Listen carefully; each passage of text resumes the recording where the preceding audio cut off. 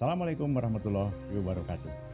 Anda tentu tahu wilayah Alaska ya, yang kini dikenal sebagai negara bagian Amerika.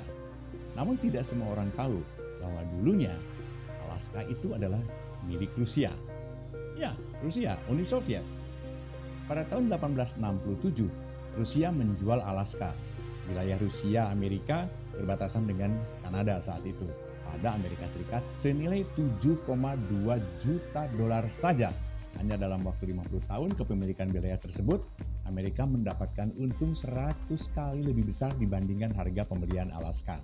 Bagaimana para pejabat kekaisaran bisa melewatkan harta terpendam itu? Dulu Rusia kekaisaran ya. Apa penyebabnya? Bagaimana cerita singkatnya Alaska bisa dikuasai oleh Rusia saat itu? Dan banyak hal lain yang akan kita kupas secara singkat dan padat serta jelas di sini. Ini dia kupasannya. Kita mulai ulasan ini dengan cerita masuknya Rusia ke Alaska. Ekspedisi dari Sardom kemudian menjadi kekaisaran Rusia. Pertama dikirim kedua Amerika dipimpin oleh Semyon Desnov pada tahun 1648 dan mendirikan pemukiman pertama di sana, dan itu merupakan cikal bakal atau awal dari Rusia Amerika. Saat itu daerah Alaska itu diistilahkan sebagai Rusia Amerika. Kemudian saat terbentuknya kekaisaran Rusia, Vitus Bering, nama ini juga diabadikan sebagai sebuah selat Bering, memimpin pelayaran kekaisaran Rusia ke sana dan memetakan wilayah itu secara utuh. Pada tahun 1743 mereka mulai membangun berbagai pos dagang di wilayah tersebut. Mereka juga mulai mengadakan kontak dengan suku setempat yang bernama suku Alet di bawah Catherine Agung. Mereka mengadakan perjanjian kerjasama.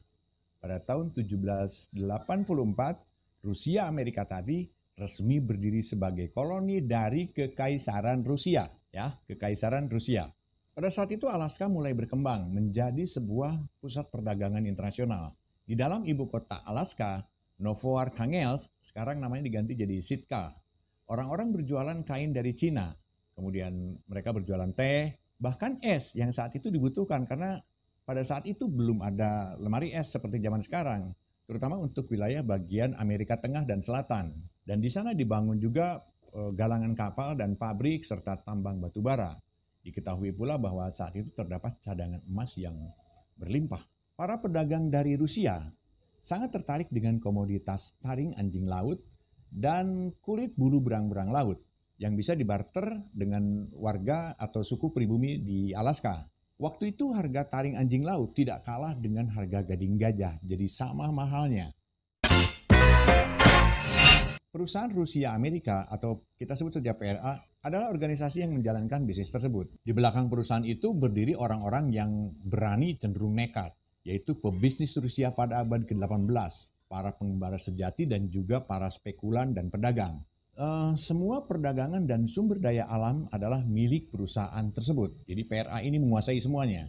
Dan perusahaan ini dapat membuat perjanjian dagang dengan negara lain secara langsung. Tidak harus izin ke Kekaisaran Rusia. Memiliki benderanya sendiri, serta mata uang sendiri yang terbuat dari kulit binatang. Semua hak istimewa itu diberikan perusahaan pada Kekaisaran Rusia. Kekaisaran mengambil pajak yang sangat besar saat itu dari perusahaan tadi, tanpa mengambil peran di dalamnya. Para kaisar dan keluarganya masuk ke dalam jajaran pemegang saham PRA tadi. Pemimpin utama masyarakat Rusia di Amerika saat itu adalah seorang pedagang yang penuh bakat, penuh talenta, Alexander Baranov. Ia membangun sekolah dan pabrik serta mengajarkan bagaimana caranya bercocok tanam, menanam lobak, kentang kepada suku pribumi, mendirikan benteng dan galangan kapal, serta memperluas perdagangan berang-berang laut. Baranov menyebut dirinya sebagai Pizarro Rusia dan terikat ke Alaska tidak hanya sebagai sumber penghasilan tetapi juga hatinya, di mana ia menikahi anak kepala suku Alet. Pada masa kepemimpinan Baranov ini, PRA memberi penghasilan yang sangat besar. Keuntungannya lebih dari 1000%.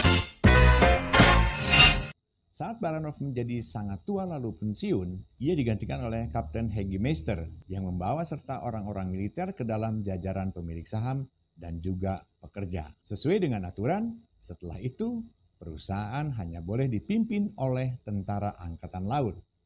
Para penguasa tersebut dengan cepat menguasai semua bisnis yang menguntungkan di tangannya. Tetapi hal tersebut menempatkan PRA di ujung tanduk. Para tentara berusaha menemukan sumber penghasilan yang lain. Maka saat itu dimulailah perdagangan es dan teh. Sayangnya itu tidak bisa diatur secara bijaksana oleh para pebisnis. Mereka tidak ingin menurunkan gaji mereka sendiri. Akhirnya PRA pun diberikan subsidi negara sebesar 200.000 rubel per tahun. Tapi sayangnya hal tersebut tidak membantu. Sialnya, bersamaan dengan krisis itu, terjadilah Perang Crimea. Rusia berperang melawan sekutu yang saat itu terdiri dari Inggris, Perancis, dan Turki. Jelas Rusia tidak bisa lagi melindungi ataupun menyokong Alaska. Jalur laut mereka sudah dikuasai oleh sekutu. Potensi tambang emas menjadi tidak jelas. Ketakutan muncul kalau Inggris dapat memblokir Alaska, sehingga Rusia tidak akan mendapatkan apa-apa. Ketegangan antara Moskow dan London terus meningkat.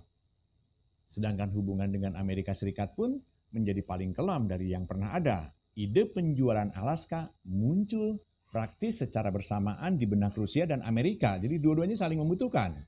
Baron Edward de Stockel, utusan Rusia di Washington, atas titah kaisar melakukan negosiasi dengan sekretaris negara Amerika William H. Seward. Namun rencana itu sejatinya ditolak oleh warga kedua negara ini. Rusia dan Amerika saat itu warganya tidak setuju.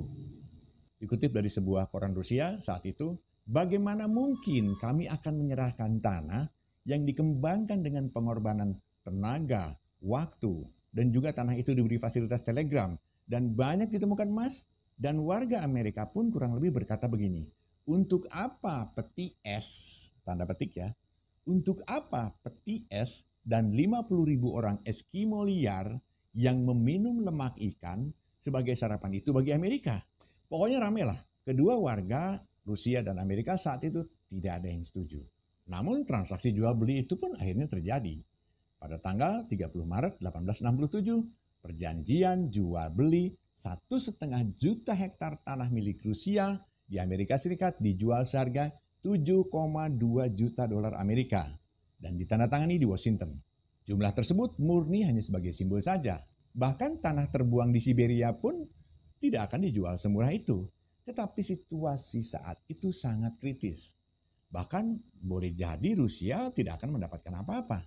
Dan penyerahan resmi wilayah itu dilaksanakan di Novoarkhangelsk. Tentara Amerika dan Rusia berbaris begitu ya di sekitar tiang bendera. Bendera Rusia kemudian diturunkan sambil diiringi penghormatan senapan. Ada kejadian aneh saat itu. Bendera tersebut yang diturunkan itu terbelit dan tersangkut di tiang. Kemudian seorang pelaut memanjat tiang itu dan melemparkannya ke bawah. Tetapi bendera itu tanpa sengaja mendarat tepat di ujung bayonet tentara Rusia. Katanya itu adalah pertanda buruk. Setelah itu, Amerika mulai menduduki kota yang diganti namanya menjadi Sitka. Ratusan warga Rusia yang memutuskan tidak menerima kewarganegaraan Amerika Serikat terpaksa harus dievakuasi menggunakan kapal dagang dan sampai ke tanah air di tahun selanjutnya. Jadi sejak saat itulah Rusia Amerika atau Alaska menjadi koloni Amerika dan bernama Departemen Alaska. Kemudian berubah namanya menjadi Distrik Alaska pada tahun 1884. Dan kemudian berubah lagi menjadi koloni Alaska sebelum akhirnya menjadi negara bagian Amerika Serikat pada tahun 1959.